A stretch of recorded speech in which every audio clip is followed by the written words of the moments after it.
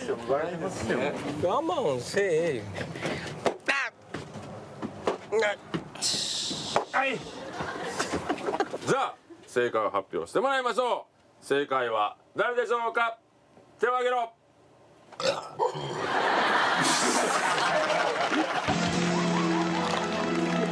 全員アウト。向いてましたね。体質なのかな。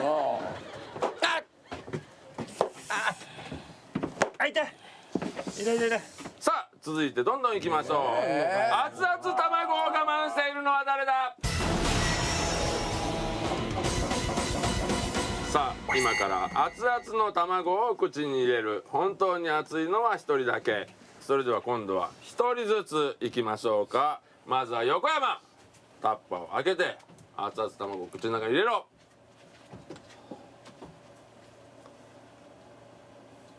熱いぞ熱いぞ熱いぞ熱いぞ。じゃあ続いてはチャップリン。熱いぞ気をつけろ。